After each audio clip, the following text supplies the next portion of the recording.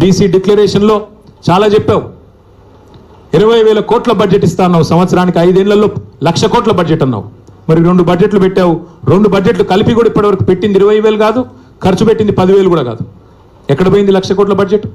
అట్లాగే నువ్వే కదా చెప్పింది బీసీ సబ్ ప్లాన్ ఇస్తా అన్నావు. ఎక్కడ పోయింది బీసీ సబ్ ప్లాన్?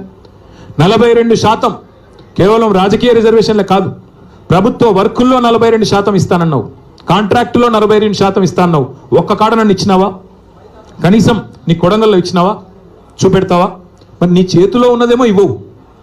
నీ చేతుల్లో ఉన్న కొన్ని మంత్రివర్గంలో 42% మంత్రులు ఉన్నారా బీసీలు? మరి నీ చేతుల్లో ఉన్నది ఇవ్వవు.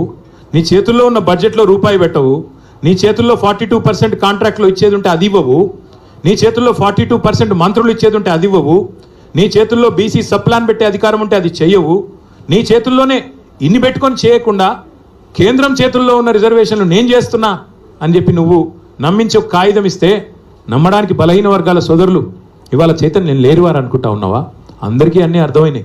పెద్దలు నేను జస్టిస్ ఈశ్వరయ్య గౌడ్ గారు చెప్పారు, హైకోర్టు జడ్జిగా పనిచేసిన పెద్ద ఆయన, ఇది చెల్లదు అని స్పష్టంగా చెప్తున్నారు.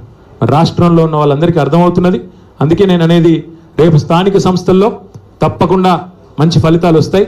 నువ్వు బనకచెర్ల పేరిట బాబు గారికి ఏదైతే గురుదక్షిణ చెల్లించుకుంటున్నావో దీన్ని మేము తీవ్రంగా వ్యతిరేకిస్తూ ఉన్నాం. తెలంగాణ హక్కు తేలాలి. బాబు గారు చెప్తున్నారు, చంద్రబాబు నాయుడు గారు మిగులు జలాల్లో వాడుకుంటే ఇబ్బంది ఏంటి అంటున్నారు. వాస్తవం ఏంటి?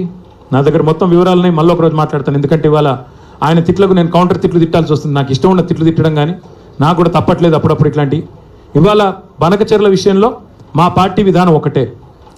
తెలంగాణ హక్కు నికర జలాల్లో మొదటి నుంచి 1486 టీఎంసీల నికర జలాల్లో మా ప్రభుత్వం ఉన్నప్పుడు 968 టీఎంసీలు తెలంగాణ వాటా అని నిర్దిష్టంగా మేము గోదావరి అవార్డు ప్రకారం, గోదావరి నది మీద వేసిన ట్రైబ్యునల్ ఇచ్చిన అవార్డు ప్రకారం మేము స్పష్టంగా రాష్ట్ర ప్రజలకి కేంద్రానికి చెప్పాం.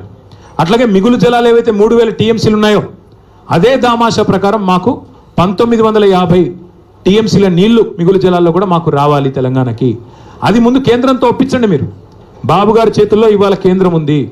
కేంద్ర ప్రభుత్వం కనుక ముందుకొచ్చి మిగులు జలాల్లో తెలంగాణ వాటా 1950 టీఎంసీలు అని స్పష్టంగా అధికారికంగా సాధికారంగా ప్రకటించి నికర జలాల్లో కూడా 968 టీఎంసీలు గోదావరిలో తెలంగాణకు ఉన్నాయని చెప్పి ప్రకటించిన తర్వాత ఆంధ్రప్రదేశ్ గతంలో ఏవైతే అభ్యంతరం చెప్తూ ఉత్తరాలు రాసిందో సీతారామ ప్రాజెక్టు మీద, సీతమ్మ సాగర్ మీద, అట్లాగే సమ్మక్క బ్యారాజ్ మీద, అట్లాగే కాళేశ్వరం మీద అవన్నీ ఉపసంహరించుకుంటే అప్పుడు తెలంగాణకి న్యాయం జరుగుతుంది తప్ప ఈ రకంగా ఇష్టానుసారంగా ఏ అనుమతి లేకుండా ఒక్క అనుమతి ఉందా? గోదావరి రివర్ మేనేజ్మెంట్ బోర్డు అనుమతి ఉందా బనకచెర్లకి? పోలవరం ప్రాజెక్ట్ అథారిటీ అనుమతి ఉందా? సెంట్రల్ వాటర్ కమిషన్ అనుమతి ఉందా? అపెక్స్ కౌన్సిల్ అనుమతి ఉందా?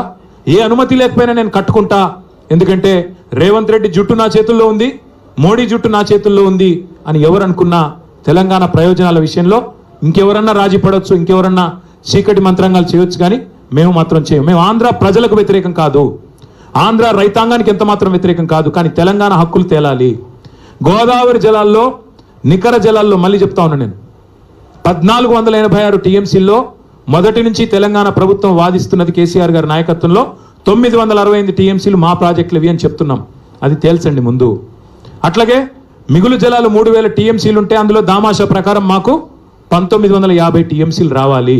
అవి తేల్చి సాధికారంగా కేంద్ర జల సంఘం డిక్లేర్ చేస్తే తప్పకుండా అప్పుడు మాట్లాడచ్చు. గతంలో మీరు పెట్టిన అభ్యంతరాలు ఉపసంహరించుకుంటే మాట్లాడచ్చు. అంతేగాని ఈ సానుభూతి డైలాగులు కుదరవు. మిగులు జలాలు వాడుకుంటే ఇబ్బంది ఏంటి, మిగులు జలాలు వాడుకుంటే ఇబ్బంది ఏంటి అంటే మీరు అన్ని ఉల్లంఘనలకు పాల్పడి ఏ అనుమతి లేకపోయినా ప్రాజెక్టులు కడతాం, బడితున్నోడిదే బర్రె అంటే అది కుదరదు. మీరే కదా ఉత్తరాలు రాసింది కాళేశ్వరానికి వ్యతిరేకంగా, మీరే కదా ఉత్తరాలు రాసింది